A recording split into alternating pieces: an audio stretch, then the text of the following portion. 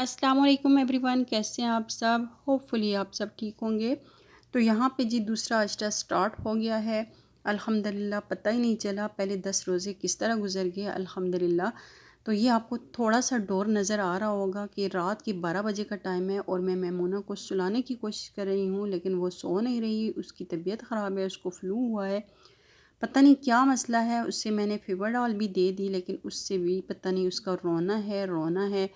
ज़रा सा मैं उठ के बाहर आती हूँ फिर मुझे उसकी तरफ जाना पड़ता है। मैंने अभी तक यकीन करें कोई काम नहीं किया, उसी के साथ लगी हुई थी।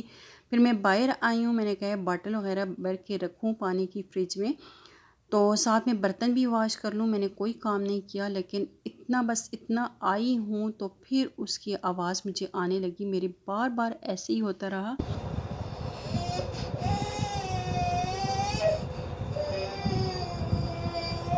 वैसे नॉर्मल डेज़ में ऐसे होता है कि वो 10 बजे 10:30 तक सो जाती है। उसको मैं सुलाती हूँ, उसकी तबीयत ख़राब है तो इस वजह से फिर वो सो नहीं पा रही थी। और एंड में मुझे फिर आया कि मैं उसके पाँव के नीचे जो है उसके पाँव के नीचे मैं लगा दूँ वैक्स थोड़ी सी और साथ में उसकी टांगों का मसाज कर दूँ, तो उससे जाके अल्हम्दुलिल्लाह वो ज़रा सोई है। लेकिन फिर भी मेरे दिल में डर ही था कि 5 मिनट के बाद फिर उठ के आ जाएगी, तो ऐसा ना हो कि फिर मैं नमाज़ पढ़ रही हूँ और आज थी भी फिर इज़कार के साथ सलात तस्बीह भी थी, तो मुझे यही डर था कि मैं पढ़ रही होंगी बीच में रोना स्टार्ट कर देगी। और उसका रोना ऐसा था फ्लू की वजह से, जब वो रोती ज़्यादा तो उसको वॉमिट हो जाती थी। इस बात का मुझे ज़्यादा डर था कि इससे और ज़्यादा काम बढ़ जाना था मेरा। तो मैं इसी की आवाज़ बस आज पढ़ी भी अल्लाह पाक माफ़ करें ऐसे ही है कि बस थोड़ा ध्यान उसकी तरफ भी था कि उसके रोने की आवाज़ ये ना हो कि मुझ तक ना पहुँचे, तो इसी डर से मैंने फिर फ़ैन भी ऑन नहीं किया है। लेकिन अल्हम्दुलिल्लाह ऐसे हुआ, उससे कुछ सुकून आ गया, तो वो अभी सो रही है। और सहरी के लिए थोड़े से चने बचे थे, तो जो रेसिपी मैंने आप लोगों के साथ शेयर भी की थी चनों की, तो बिल्कुल थोड़ा सा सालन था। मैंने कहा चने 3-4 पीसेस चिकन के बना के तो उसमें मैं चने वही वाले ऐड कर दूँगी। इसी तरह वो चनों का सालन भी खाया जाएगा और खाना भी वेस्ट नहीं होगा। तो जो भी खाना बचता है मेरा ये होता है कि मेरी कोशिश होती है कि पहले उसको ख़त्म करूँ, उसके बाद फिर दूसरा कुछ और खाना बनाऊँ, क्योंकि खाने को वेस्ट नहीं करना चाहिए। अगर पहले वाला पड़ा रहेगा, हम कोई नया बना लेंगे, तो उससे ये होगा कि पहले वाले को किसी ने हाथ नहीं लगाना और नया ही खाया जाएगा। और फिर पहले वाले को क्या होता है जी, ट्रैश करना पड़ जाता है, डस्टबिन कर देते हैं। तो इसी वजह से रिस्क है, रिस्क में बरकत नहीं होती और रिस्क की कदर भी करनी चाहिए। तो यहाँ पे मैं बहुत इजी रेसिपी है, 5 मिनट के अंदर अंदर ये बन जाएगा, क्योंकि इस चिकन तो गलने में यहाँ पे टाइम लेता ही नहीं है बिल्कुल। तो मैंने ऑयल में चिकन के पीसेस डाले हैं छोटे छोटे कट करके। उसमें मैंने जिंजर और गार्लिक पेस्ट डाला है, साल्ट, लाल मिर्च पाउडर, हल्दी पाउडर और धनिया पाउडर डाल के इसको मैं कवर कर दूँगी। ये स्टीम के अंदर ही गल जाएगा, बड़ा जूसी सा बन जाएगा। तब तक ऐसा होता है चिकन के गलने तक मैं पानी मिक्स करके रख दूँगी, जो कि सहरी के टाइम बहुत ज़्यादा पिया जाता है। और मैं तो बार बार जब मैं जागती हूँ, जागने का मकसद भी इस तरह ही होता है कि मैं थोड़ा थोड़ा पानी पीती रहती हूँ। दिन को तो ये है कि रोज़ा होता है, रात को हम पानी की कमी पूरी कर सकते हैं। तो यहाँ पे ये देखें चिकन जी हो गया है डन, थोड़ा सा ये हो गया है टेंडर। तो इसमें फिर मैंने डाला है जी धनिया पाउडर। अब इसको मैं अच्छी तरह भून लूँगी, जो थोड़ा बहुत इसका पानी है वो भी ड्राई हो जाएगा और उसमें मैं चने ऐड कर दूँगी। तो इसमें मैं टमाटर नहीं डाल रही, टमाटर पेस्ट डालूँगी, क्योंकि टमाटर ग्राइंड करके भी अगर डालूँगी तो फिर मैं नहीं चाहती ब्लेंडर की आवाज़ आए।